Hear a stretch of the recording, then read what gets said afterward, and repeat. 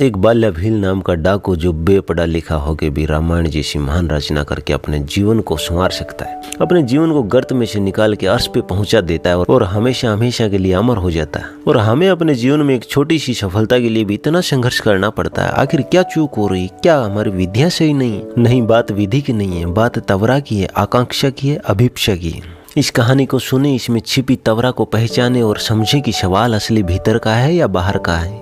एक डाकू जीवन को पा सकता है मृत्यु को जप के, किस बात की सूचना दे रही है ये कहानी। एक सुबह वह लूटने की योजना बना के जंगल में जाके खड़ा हुआ।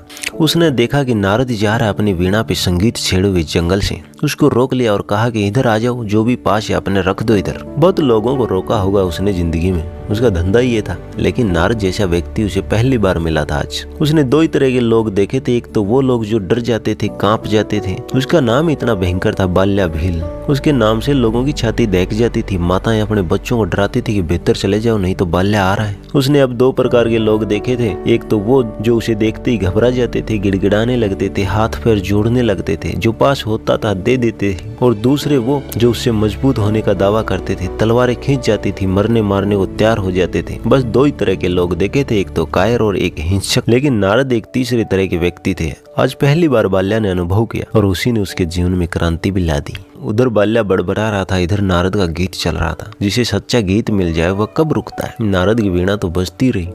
जिसके भीतर की वीणा बज उठी, उसके बाहर की वीणा बजने को रोक ही कौन सकता है। अब बाहर की वीणा टूट भी जाए तो कोई फर्क नहीं पड़ता, भीतर की वीणा तो बजती रहेगी। नारद का गीत जारी रहा। न तो नारद भागे, न गिड़गिड़ाए, न लड़ने को तैयार हुए। बाल्या थोड़ा ठिठका, आदमी थोड़ा नया ढंग का है। अब बाल्या ने दोबारा कहा कि ओ समझा नहीं क्या मैं क्या कहता हूँ, जो भी पास है मुझे दे दे। नारद ने कहा कि पास तो मेरे बहुत कुछ है, लेकिन ले सकता है तू। पास तो मेरे राम है लेने की तैयारी तेरी। मैं तो खोजता ही उन दीवानों को फिरता हूँ जो राम को लेने के लिए तैयार हो जाए।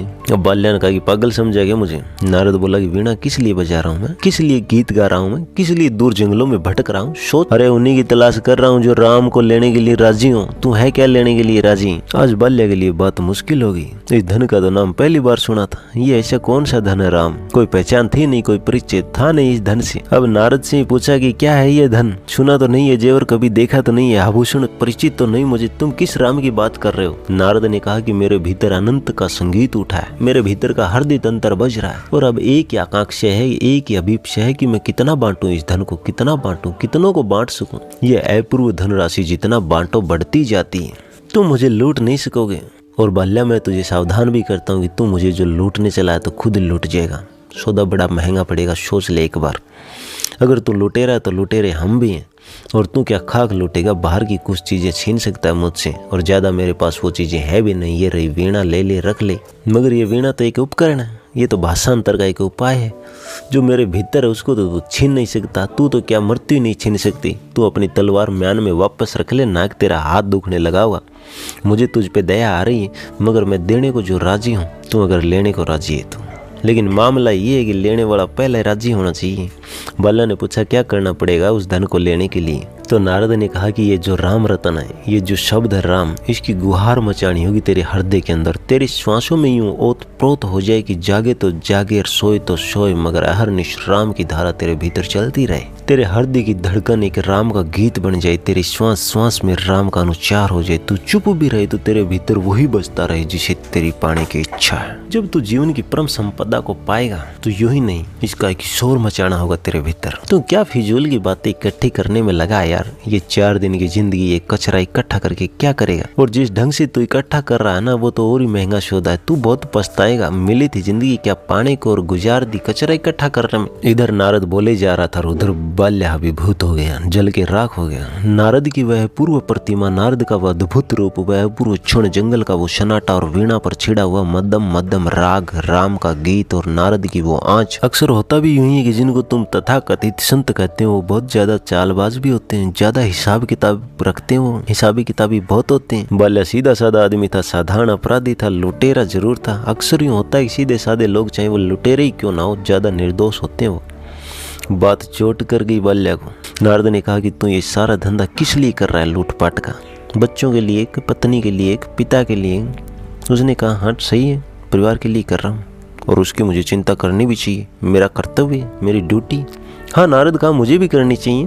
लेकिन एक काम कर, तू पूछ क्या अपने परिवार वालों को, अपने घर वालों को, अपनी पत्नी से, पिता से, बच्चों से कि जिस तरह से तू कमा के उनका पेट भर रहा है, इसका जो परिणाम मिलेगा उसको वो भोगने के लिए राजी है या नहीं। इस परिणाम में उनकी भी हिस्सेदारी कितनी है ये पूछ क्या। बाल्या ने कहा ज्यादा शाना मत बन, धोखा देने की कोशिश मत कर, यूं मत सोच कि मैं घर चला जाऊं और तू भाग जाएगा। नारद ने कहा अरे नाक मुझे बांध दे इस पेड़ से। अब बाल्या को विश्वास थोड़ी था, नारद को बांध दिया। बंधे हुए नारद की वीणा बजती रही, क्योंकि जो मुक्त है वो जंजीरों में भी मुक्ति है, और जो मुक्त है वह कारागृह में, जेल में भी मुक्ति है, और जो मुक्त नहीं है वो मुक्त आसमान के नीचे भी मुक्त नहीं है, हजारों जंजीरें उसे वहां भी घेरी रखती है। अब बाल्या आ गया घर पे पूछने के लिए। उसने पत्नी से पूछा। पत्नी ने कहा कि मुझे क्या पता कैसे कमाते हो, मुझे ब्याह के लाए थे उस दिन तुमने जिम्मा लिया था मेरे भरण पोषण का।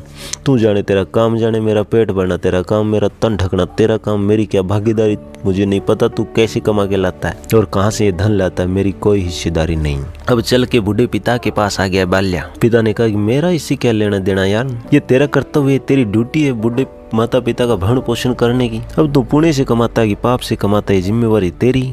सब इनकार कर गए, छोटे छोटे बच्चे भी इनकार कर गए, और बाल्या सख्ते में आ गया।